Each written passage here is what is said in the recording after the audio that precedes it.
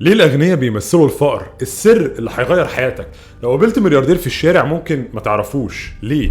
لأن الأغنياء الحقيقيين متخفيين، بيظهروا في صورة فقراء رغم ثرواتهم الفلكية، وده مش مجرد تمثيل، ده أسلوب حياة. تعال افهم السر اللي ممكن يغير تفكيرك للأبد.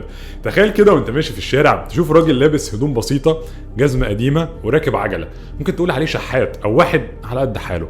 بس الصدمة هنا إن الراجل ده ممكن يكون ملياردير. طب ليه بيعمل كده؟ ليه ما بيشتريش عربيه فخمه وساعات غاليه؟ السر ان الفقد عند الاغنياء مش فقر بجد، ده تمثيل، لكن مش تمثيل عشان الناس تضحك عليهم، لا ده تمثيل عشان يحافظوا على حياتهم وثرواتهم. في قصه عن تشارلز فيني، واحد من اغنى اغنياء امريكا، كان بيلبس جزمه مقطعه وبيتحرك بعجله. الناس بصت له باستغراب وقالوا الراجل ده غلبان، بس في الحقيقه كان صاحب سلسلة متاجر ضخمة جدا وكان ملياردير حقيقي. لما اتسأل ليه بتعيش بالشكل ده قال ببساطة الفلوس ملهاش معنى لو فضلت تفاخر بيها. الفكرة مش انك تبان غني، الفكرة انك تبقى مرتاح بعيد عن الانظار. في فكرة تانية عند الاغنياء وهي السيطرة على العلاقات. لما الفلوس تدخل العلاقة كل حاجة بتتلخبط، الناس تبدأ تطلب فلوس وتبدأ المصالح تسيطر على الصداقة. عشان كده الاغنياء بيتجنبوا المظاهر الفخمة عشان العلاقات الحقيقية ما تبص. في مرة كان في رجل اعمال عربي قرر يروح فرح صاحبه بعربيه قديمه. الناس بصيت له باستغراب وقالوا هو ده اللي عنده ملايين؟ بس هو كان عارف كويس ان بيحبوه بجد مش هيهمهم عربيته، وده السبب ان العلاقات اللي عنده عمرها ما تبوظ بسبب الفلوس. وطبعا في جانب تاني مهم، الامان الشخصي. لما الناس تعرف انك غني هتبقى زي بنك متحرك، الناس هتحاول تستغلك او حتى تاذيك. في قصه عن ملياردير اوروبي كان عنده اسطول سيارات فخمه، وفي يوم اتخطف هو وابنه. من بعدها قرر يعيش حياه بسيطه جدا، يركب مواصلات عامه ويلبس تيشيرت ساده. الفكره هنا مش ان الاغنياء بخله او مش عايزين يصرفوا، الفكره انهم اذكياء بيحسبوها صح. انت لو فلوسك كلها باينه على شكلك هيبقى هدف كل نصاب وحاسد وحاقد، لكن لما تبقى عايش ببساطه هتعيش مرتاح.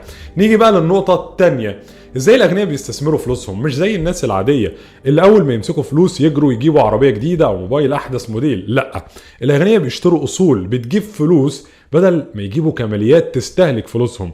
وتعالى اديك مثال واقعي. ايلون ماسك لما باع اول شركه ليه كان ممكن يروح يشتري فيلا وعربيه بملايين، لكنه قرر يستثمر كل فلوسه في مشروع جديد. النتيجه بقى اغنى رجل في العالم. الناس بتسال ازاي بيغامر بكل ده؟ السر انه بيفكر بطريقه مختلفه عن الناس العاديه، بيفكر ازاي يضاعف فلوسه مش يتباهى بيها.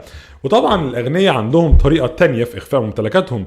بدل ما يسجلوا العربيات والبيوت باسمائهم بيسجلوها باسماء شركات او مؤسسات، وكده بيحافظوا على خصوصيتهم وما بيبانوش على الساحه.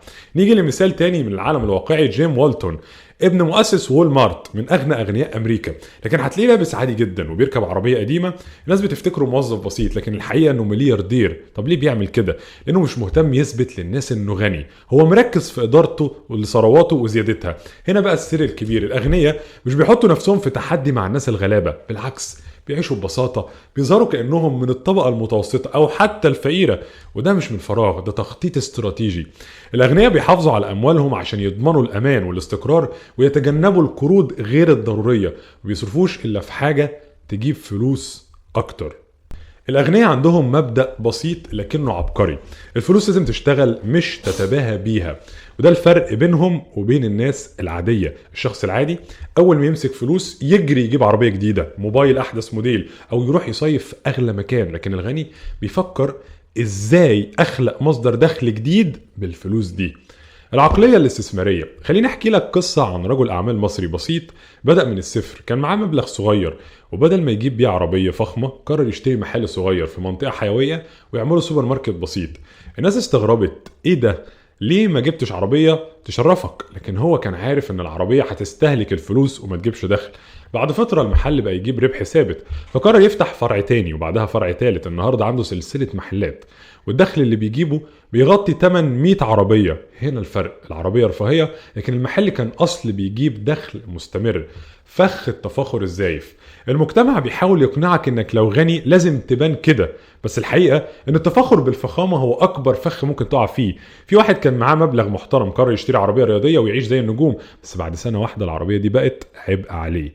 مصاريف صيانة عالية، تجديد ترخيص، بنزين مستهلك، وكل ده من غير ما تجيب له ولا جنيه واحد بس.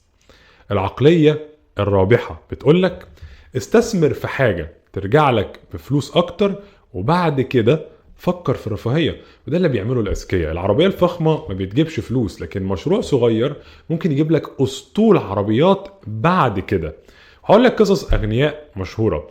وارن بافيت مثلا واحد من أغنى رجال العالم، لسه عايش في نفس البيت اللي اشتراه من 60 سنة. ليه؟ لانه ببساطه شايف ان البيوت الفخمه هتستهلك الفلوس ومش هتزود الثروه. هو مركز على الاستثمار في الشركات الكبرى اللي بتجيب له ملايين الدولارات سنويا. مارك زوكربيرج مؤسس فيسبوك بيلبس نفس التيشيرت الرمادي البسيط كل يوم تقريبا. الناس بتسأل ليه مش بتغير؟ هو بيقول مخي مشغول بحاجات اهم من التفكير في اللبس. ببساطه النجاح الحقيقي مش في المظاهر، النجاح في انتاج القيمه. وتعال اقول لك على الاستراتيجية السرية للاغنياء. واحد، استثمر في اصول بتجيب دخل زي العقارات، الاسهم، او حتى مشاريع صغيرة. اتنين، قلل نفقاتك الشخصية، ما تصرفش على حاجات شكلية وتستهلك فلوسك. تلاتة، لو سمحت فكر بشكل استراتيجي، دايما اسأل نفسك ايه القيمة اللي هتضاف لحياتي. أربعة، حافظ على خصوصيتك، ما تظهرش كل اللي عندك عشان ما تبقاش هدف للحسد والاستغلال.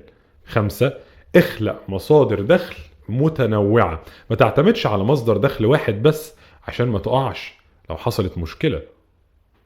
ازاي بقى تطبق الكلام ده في حياتك؟ تعالى. واحد، ابدأ صغير، ما تستناش تجمع ملايين علشان تستثمر. حتى لو ب1000 جنيه ممكن تبدأ مشروع بسيط. اتنين، اتعلم كل يوم، استثمر في نفسك قبل ما تستثمر فلوسك. اقرأ كتب عن ريادة الأعمال والاستثمار.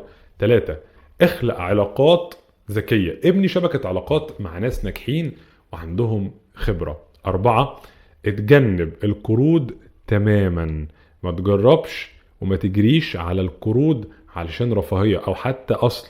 فكر دايما في الاستثمار الأول. خمسة، راقب مصاريفك، حط ميزانية واضحة والتزم بيها.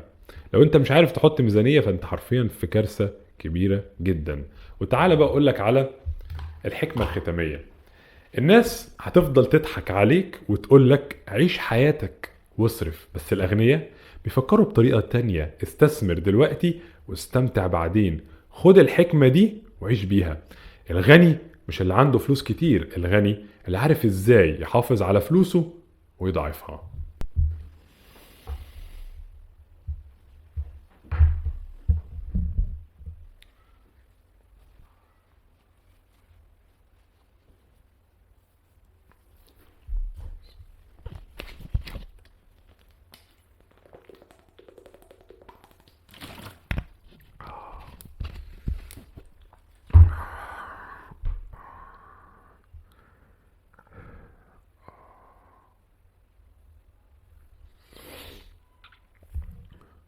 سر الأغنياء اللي محدش بيقولك عليه، اللعبة القذرة للثراء، ازاي الناس بتبقى مليونيرات في 3 سنين بس. رائد الأفكار الوحيد في الوطن العربي. انت مخدوع، كل حاجة علموها لك عن الفلوس غلط. لو كنت فاكر ان الشغل بجد والاجتهاد هما الطريق الوحيد للثراء فانت حرفيا بتضيع وقتك. في ناس بتقضي 30 سنة بتشتغل ليل نهار ومش بتوصل لحاجة، وفي ناس في 3 سنين بس بيبقوا مليونيرات. السر فين؟ السر في اللعبة القذرة اللي الأغنياء بيلعبوها وانت مش عارفها. وصدقني لما تعرف السر ده هتحس انك كنت عايز